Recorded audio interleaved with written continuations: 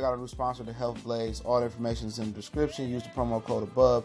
Goodfellow Unboxing at 18% off of all their natural products, from deodorant, pomade, toothpaste, and much, much more. And they have additional discounts on their website as well. That's thehealthblaze.com, starting December 20th. All right, man, we back. Goodfellow Sports TV. We in the building. Appreciate everybody for checking in. Make sure to hit that subscribe button, bell icon button. Won't miss another video. Got some news on y'all boy AB. I got it last night. AB all day. Keith Thurman, he got cooked. He got cooked. And yeah, I got some info. Adrien Broner is coming back with Friends October 12th on Fox. They putting AB on Fox now. He'll be fighting Ivan Redkach. I think everybody got that point, and he ain't so retired. All right, all that shit about Triple G, Canelo, retired, want to fight Loma, was all to stay, relevant, and also was probably to get more money out of Fox. Now, AB, they didn't want him back on regular network television. At least NBC didn't. After he said some things on it was an NBC or one of them. He said some things, and they didn't want AB back on regular network television. So I thought that he was going to be on Showtime, especially since Steven Espinoza said they had, Showtime was going to prove to everybody at the in the back half of the year that they still 10 toes down in this sport of boxing, and it's a huge blow for Showtime not to get the Adrien Broner fight. And I just say this is all reported, rumored, alleged. But right now, it look like he going on Fox and versus Ivan Redkach. So Adrien Broner getting this taste of Fox. So at the end of the day, I don't know what Showtime gonna have coming up. Maybe Jamal Charlo fight. They'll be on there, and maybe they'll be broadcasting the Deontay Wilder, Luis Ortiz pay-per-view. Other than that, maybe they'll be getting a Danny Garcia fight. But Showtime, I don't know what they could put together. But I thought Broner and Lubin was for sure gonna be on was gonna be on Showtime. But Lubin will be on the undercard with Castaño and Dennis Hogan. And I heard any of those three can fight each other. I heard it's a possibility it could be Lubin and Castaño. It could be Hogan and Castaño. It could be Hogan and Lubin. But I think more likely it's going to be Hogan, who just gave Jaime a good fight. People thought it'd be Jaime Maguire, and it'd be Hogan and Lubin. And then I think Castaño will still be on the card, but I don't know what the shuffle about. Maybe it's about money or who want more money, but I expect Lubin probably be the co-feature versus Dennis Hogan. That's what I heard from the very beginning. So October 12th, real solid card. There's a lot of fights going down in October. You got Christian Shields fighting in October. You got Triple G Derevchenko fighting the same day as Christian Shields, October 5th. In October, you got Peterbia Goldswick supposed to be going down in October. So, October will be a jam-packed month for boxing. And once again, boxing continues to put their best product on at the worst time of the year for them. See, when you look at their viewerships and say, see, we put on a good fight card, or we put on the best cards, and, we still get the same ratings, or we don't get the ratings that we expect. Yeah, you idiots, you putting it on against football and basketball. It's about to start in October. They pushed the basketball start week up a week or two. You know what I'm saying? So you going against basketball, you going against football, college football, and the NFL. So I mean, what do you realistically expect? Your average fan, even if it's on Fox, your average fan to see a Alabama game on late at night, what are you gonna want to watch? Alabama or two fighters that the fuck he never heard of or don't care about? It's easy. He's gonna fight. He's gonna watch Alabama. All these good fight cards they putting on back to back. All this shit should have been going on in the summer when there wasn't nothing to watch. But Broner and Ivan Redkach, Shane Mosley and Redkach been working. And Shane is training Redkach. And Redkach is a guy that lost to Tevin Farmer down there at the lower weight classes, rebirthed his career with Devin Alexander, and that's something that's worth mentioning. Devin Alexander got mad at Adrien Broner for posting a picture of Redkach knocking Alexander out and his legs in the air.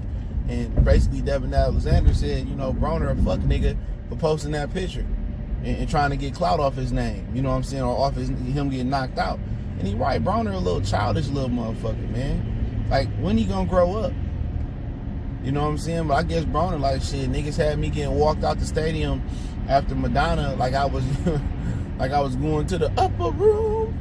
But yeah, he a little childish motherfucker, man. But you know, if Redkach beat him, I don't want to hear nothing. I'm tired. He been done. Adrien Broner been done, bro.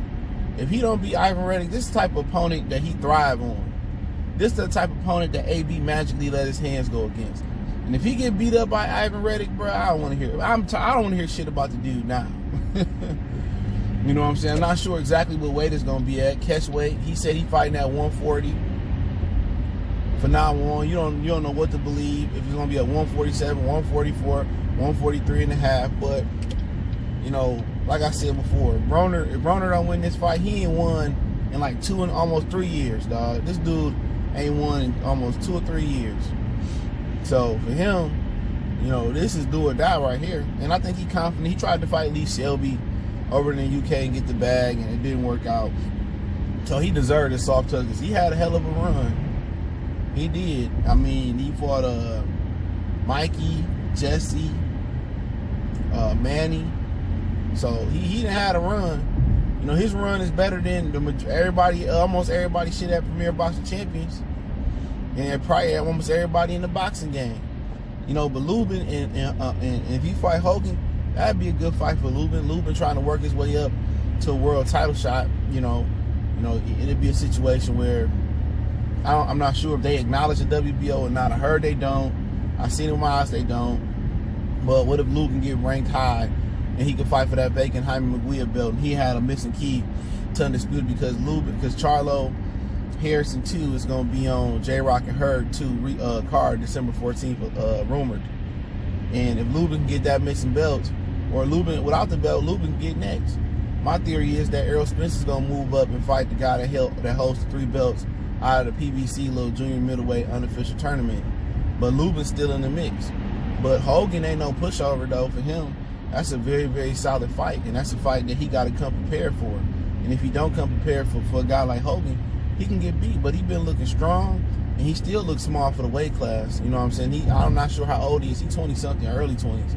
But he still looks small for the weight class. But if it's a chance they can give us Castaños, and I think he dropped his regular belt, they can give us Castaños Lubin, that'd be a great gauge to tell us where Lubin is as a fighter, which I know that fight is probably a long shot.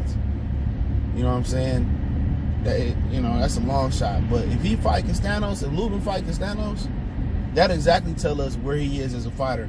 Because if he can stop that guy, and Erislandy Lara can stop that guy, or really hurt him, or keep him off of him like that, then Lubin ready for a world title shot.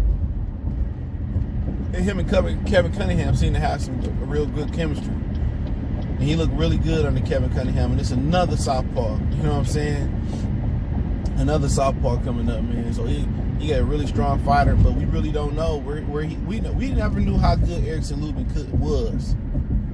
He prematurely stepped up, and then he said he was suffering an injury going into the Charlo fight and all that. At the end of the day, we never knew how good he was because he had never moved up. He had moved up. He really had moved up like Anthony Yard, damn near. I think his come up was a little bit better than Anthony Yard, but it has some similarities to it, man. His come up was like Anthony Yard. He wasn't fighting a ton of good guys. Jorge Cota ain't no gateway to no damn title. And he went up there and he got a rude awakening. And all these young dudes, they need to pay attention. That can easily happen to you. But like I said, if we get Castaños and Lubin, that'll really tell me if Lubin ready for a title shot versus the big dogs. You know what I'm saying? Or maybe if he fight Hogan, he get a shot at the vacant title that Jaime Munguia gonna be leaving behind in about a month. So let me know what you guys think about this October card. So you can have Broner and Redkach October 12th, Fox at the Barclays Centers. Excuse me, it's at the Barclays Centers. So yeah, it's at the Barclays Centers. Let me say that. And then you might have Lubin and Hogan on the undercard, but I know Lubin, Hogan, and Castaños will be on the undercard in some capacity. But hey, it's Goodfellas Sports TV. Appreciate everybody for checking in. Make sure you hit that subscribe button, bell icon button. Won't miss another video. Don't forget to check out our sponsor, The Health Blaze, at thehealthblaze.com. Promo code Goodfellow1 Boxing. Get you 18% off the 100% all natural products, lotion soaps, foot soaps, bath bombs, deodorant, toothpaste, hair pomade, much more. Website, promo code in the description. One time for the one time. Y'all know the business is. We gone.